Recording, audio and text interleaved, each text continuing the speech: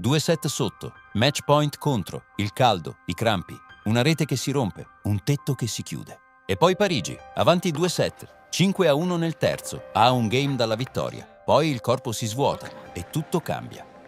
La storia che vi sto per raccontare non è solo la storia di un talento. È la storia di un corpo che ha dovuto imparare a reggere quel talento. A 17 anni, Jannik Sinner è già tra i professionisti. Il braccio corre, la palla esce veloce. Ma è ancora un ragazzo, lungo, leggero, non ancora formato. Il talento si vede subito, il corpo invece deve ancora costruirsi. E nel tennis dei grandi questa differenza prima o poi si sente. Non subito, non sempre, ma nei momenti lunghi, nei terzi set, nei tie break, quando una partita non la devi solo giocare, la devi tenere, e lì la differenza si vede. Nel 2022 Sinner comincia a capirlo davvero.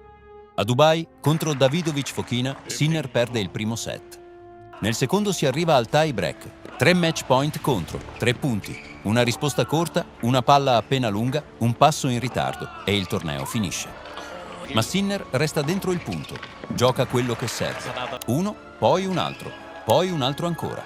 Cancella i match point, vince il tie break e vince la partita al terzo. Non è ancora una notte storica, ma è un segnale. Perché poche settimane dopo, a Miami, la stessa cosa succede di nuovo. Solo che a Miami pesa di più. Contro Pablo Carreño Busta la partita dura più di 3 ore. Sinner perde il primo set. Nel terzo, Carreño arriva a un passo dalla vittoria. 5 match point. Il primo lo salvi. Ma poi ne arriva un altro, e un altro ancora. A quel punto non è solo tennis, è tenuta, è testa. Sinner resta lucido. Punto dopo punto li cancella tutti. Alla fine vince lui. 5-7, 7-5, 7-5. Vista oggi sembra una partita minore, ma dentro c'è già una traccia del giocatore che verrà. Un ragazzo ancora in costruzione che però ha già una cosa rara. Quando la partita sembra finita, lui resta lì. Ma Miami racconta anche altro. Pochi giorni dopo, contro Francisco Cerundolo, Sinner gioca solo 5 game, poi si ferma. Una vescica al piede non gli permette di continuare e il torneo finisce lì. Un anno dopo il tema torna. Australian Open 2023. Contro Marton Fucsovics Sinner parte male. Perde il primo set, poi perde anche il secondo, 2 set sotto. Jannik fatica a entrare nella partita. Troppi errori, poco ritmo. La partita gli scappa dalle mani. Poi cambia. Prima un game, poi un altro. Il terzo set gira, il quarto conferma che il match è cambiato. Nel quinto, Fucsovics non riesce più a rientrare. Sinner chiude 6-0. È la sua prima rimonta slam da 2 set sotto. Il primo indizio. Anche sotto 2 set, la partita non è persa. Poi a Pechino il problema cambia. Contro Dimitrov, Sinner vince il primo set, perde il secondo. Ma durante la partita il corpo manda un segnale. Si ferma, sta male, vomita. Adesso non conta solo giocare bene. Conta riuscire a restare in campo. Nel terzo set ritrova un po' di forza. Non torna tutto semplice, ma torna abbastanza per restare nella partita e vincerla.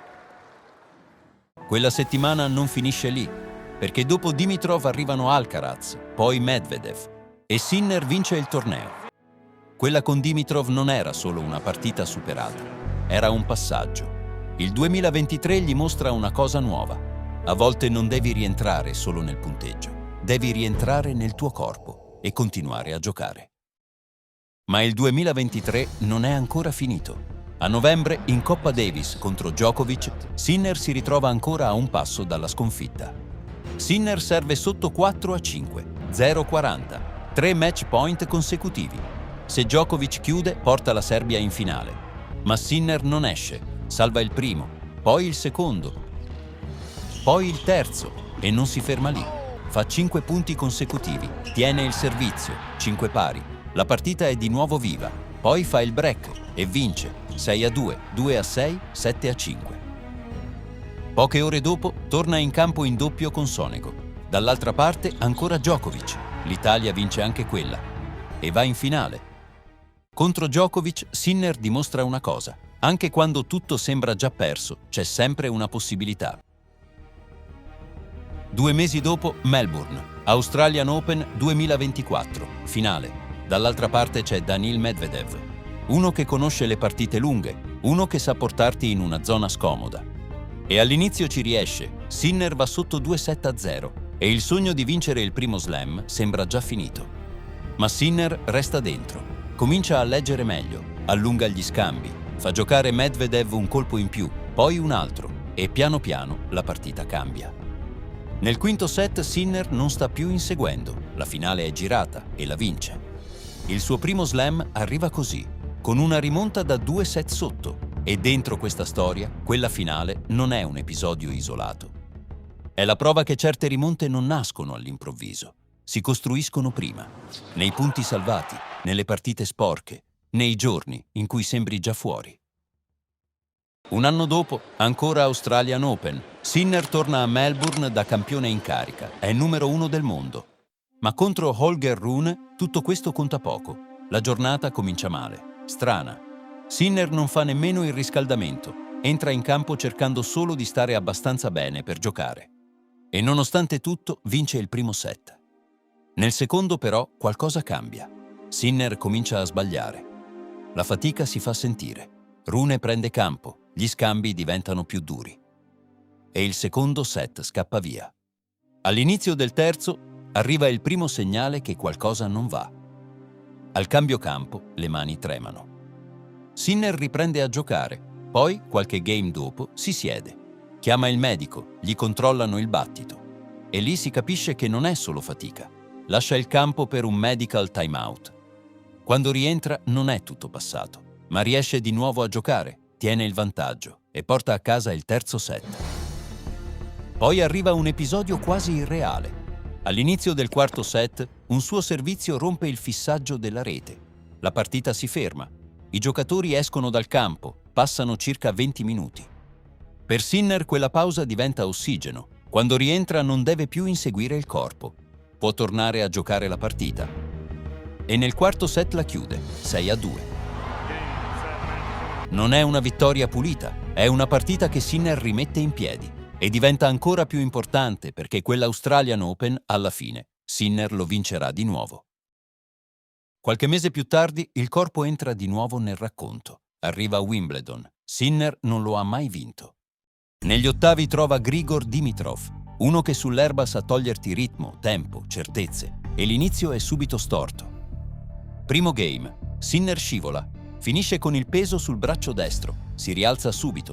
All'inizio sembra non esserci nulla. Poi, game dopo game, il gomito comincia a dare fastidio. Sul servizio, sul diritto. Alla fine decide di farsi trattare dal fisio. La partita va avanti e Dimitrov gioca meglio, preciso, varia, taglia il ritmo, lo porta fuori posizione, primo set, Dimitrov, secondo set, ancora Dimitrov, 2 set sotto. La partita continua. Dimitrov resta avanti nel punteggio e nel gioco. Sul 2-2 del terzo va al servizio. Lancia la palla, colpisce, poi si ferma, si porta la mano al petto, il dolore si vede. Lascia il campo per farsi controllare. Quando rientra, la decisione è già presa. Non può continuare. Sinner passa il turno, ma non è una rimonta. Non è una partita ribaltata con la forza. È una partita strana, scomoda. Sinner era in difficoltà. Dimitrov stava giocando meglio. E nell'intervista a fine partita lo dice chiaramente. Meritava lui di andare avanti.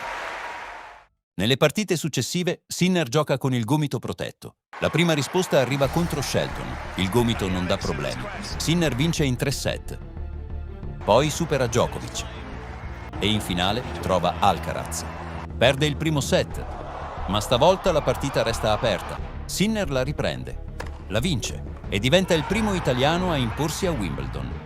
Ma la partita contro Dimitrov resta il passaggio più scomodo del torneo. Una caduta, un gomito da trattare, un avversario avanti 2 set e un ritiro che nessuno voleva vedere. Ma poche settimane dopo, a Cincinnati, il corpo torna a fermarlo. Finale. Dall'altra parte ancora Alcaraz. Questa volta non c'è una partita da rimettere in piedi. Non c'è tempo. Primo set, 5-0. Sinner chiama il medico. Dopo 23 minuti si ritira. Non è una partita persa. È una partita che il corpo non gli lascia giocare. Gennaio 2026. Di nuovo Australian Open. Di nuovo Melbourne. Il posto dove Sinner ha già vinto tutto. ma anche il posto dove il corpo non lo lascia mai davvero tranquillo. Contro Elliot Spizzirri, Sinner perde il primo set. Poi prova a rimettere ordine, vince il secondo. Ma nel terzo set cominciano i problemi. Prima il braccio. Sinner prova a scioglierlo, fatica a servire, cerca di restare dentro al game. Poi c'è uno scambio. 20 colpi. Dopo l'ultimo scatto per arrivare su una palla corta, le gambe si bloccano. Cerca tempo tra un punto e l'altro, si piega, respira, fa stretching. Ma alla fine cede il servizio. Spizzirri trova il break e va avanti 3-1. Poi, proprio nel momento più complicato, arriva la sospensione. Caldo estremo. Il gioco si ferma. Il tetto viene chiuso. Sinner lascia il campo. Passano diversi minuti. Non abbastanza per risolvere tutto, ma abbastanza per respirare. Quando rientra non è tutto risolto, ma qualcosa è cambiato. Rimette ordine, riprende campo. Il break arriva subito. Il terzo set cambia direzione. E nel quarto Sinner resta avanti fino alla fine. Intervistato a fine partita dice: «Ero in difficoltà, poi ho avuto la fortuna che hanno chiuso il tetto, mi ha aiutato tanto». Sì, il tetto lo ha aiutato, ma Sinner è stato bravo a uscire da una situazione pericolosa e a rimettere in piedi una partita che gli era sfuggita di mano. Poi arriva Roma. E Sinner ci arriva con 4 Masters 1000 vinti di fila. Indian Wells, Miami, Monte Carlo, Madrid. Un torneo dopo l'altro, una settimana dopo l'altra, senza mai rifiatare. A Roma vincerà ancora. Sarà il quinto Masters 1000 consecutivo. Ma prima c'è una semifinale in cui il corpo torna a farsi sentire. Dall'altra parte Medvedev. Sinner parte bene. Vince il primo set senza problemi, ma nel secondo arriva il malore.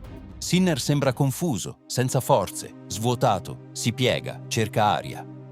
Quando si torna a giocare la partita cambia. Medvedev ne approfitta, prende campo, rientra nella partita e vince il secondo set.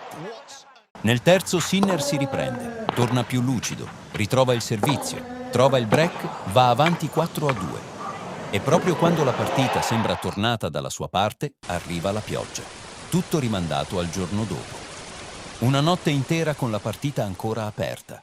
Quando torna in campo gli bastano 15 minuti, non lascia spazio a un'altra svolta, chiude il match e va in finale. Dall'altra parte trova Casper Ruud. Sinner vince ancora, Roma è sua, 5 Masters 1000 in poco più di 2 mesi. Ma quando arriva a Parigi, Sinner non porta con sé solo fiducia, porta anche tutto quello che ha speso per arrivarci. E a Parigi quella fatica viene fuori, ma non subito. Contro Juan Manuel Cerundolo, Sinner vince il primo set, poi anche il secondo. Nel terzo va avanti 5-1. È a un game dal chiudere la partita, sembra fatta, ma proprio lì il corpo si svuota. Da quel momento la partita cambia faccia. Da 5-1 si arriva a 5-4. E lì, sullo 0-40, si ferma. Parla con l'arbitro, chiama il medico, poi lascia il campo. Quando rientra non è più una partita da vincere, diventa un calvario. Sinner non si ritira, resta in campo. Da 2 set avanti e 5-1 nel terzo, finisce per perdere una partita che sembrava già chiusa. E questa volta non c'è tetto, non c'è pausa, non c'è tempo per rimettere insieme il corpo. Ed è qui che il racconto torna al punto di partenza, non alla vittoria, non alla sconfitta, ma a quello che c'era sotto fin dall'inizio. Perché il talento non è mai stato il problema. Il punto era reggere quello che quel talento gli chiedeva.